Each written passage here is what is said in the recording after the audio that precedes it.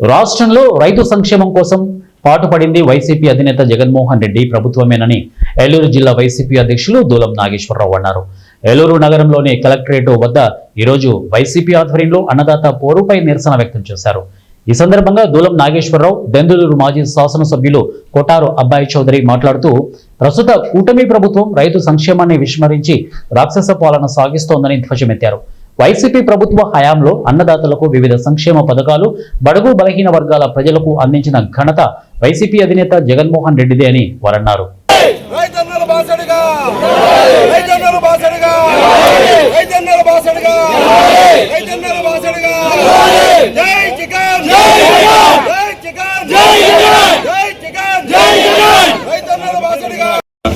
ప్రత్యేకంగా నమస్కారాలు తెలియజేస్తూ ఒక ముఖ్యమైనటువంటి ఈరోజు అందరము కూడా ఇక్కడ ఉన్నటువంటి అందరము కూడా రైతు బిడ్డలమే.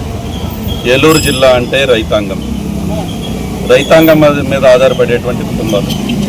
ఈరోజు రైతులు పడుతున్నటువంటి ఇబ్బందులు చూస్తే చాలా బాధ వేస్తుంది. రైతును మహారాజుగా చూసుకోవాలనేటువంటి ఆలోచనతో ఎప్పుడైనా ఏ ప్రభుత్వమైనా అధికారంలోకి వస్తుంది. ఈరోజు రైతుకు ఏ విధంగా న్యాయం చేస్తున్నారు ఈరోజు ప్రభుత్వం అని చెప్పి నేను అడుగుతా ఉన్నాను.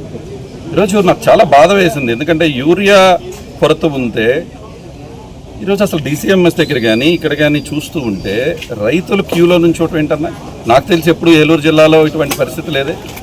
ఎప్పుడో చాలా కాల క్రితం మనం విన్నాం, నీళ్ల సమస్య ఉంటే అందరూ కూడా బిందులు పట్టుకుని నిలబడ్డారు అని చెప్పి. అదేవిధంగా ఈరోజు యూరియా కోసం ఈరోజు ఇక్కడ ఉన్నటువంటి రైతులు, అందులో ఆడపిల్లలు కూడా నిలబడి ఉన్నారు. మనం చూస్తే వాళ్ళందరూ కూడా ఉండి అక్కడ చెప్పు పెట్టుకుని పక్కకు వచ్చి, లేకపోతే టోకెన్ తీసుకుని పక్కకు వచ్చి అసలు ఎక్కడికి పోతూ ఉన్నాం. ఈరోజు మేము వాయిస్లెస్గా రైతులు పడుతున్నటువంటి కష్టాలని చెప్పాల్సినటువంటి బాధ్యత మా పైన ఉంటుంది. కాబట్టి ఈరోజు రైతులు పడుతున్నటువంటి కష్టాల గురించి ఈరోజు వచ్చి వినతి పత్రం ఇస్తామంటే ప్రభుత్వం మేలుకోవటం జరిగింది. ఈరోజు మీరు కూడా అంగీకరించినట్టే కదా. నిన్నే ఇక్కడ ఇన్ఛార్జ్ మంత్రి గారైనా ఇక్కడికి వచ్చారు, రాత్రి ఇక్కడికి వచ్చి ఇక్కడ రివ్యూ మీటింగ్ పెట్టారంట. యూరియా ఒక సబ్జెక్టుగా మీరు పెట్టారు అంటే మీరు కూడా యాక్సెప్ట్ చేస్తున్నట్టే కదా. ఇక్కడ యూరియా కొరత ఉంది అని మీరు కూడా ఒప్పుకున్నట్టే కదా. అభినందిస్తున్నాం మీరు అది పెట్టినందుకు. కానీ మీరు ఒకటి అర్థం చేసుకోవాలి, ఇక్కడ బాధ్యత గల ప్రతిపక్షంగా మేము ఎప్పుడు ప్రశ్నిస్తామో అప్పుడే అధికార పక్షంలో ఉన్నటువంటి మీకు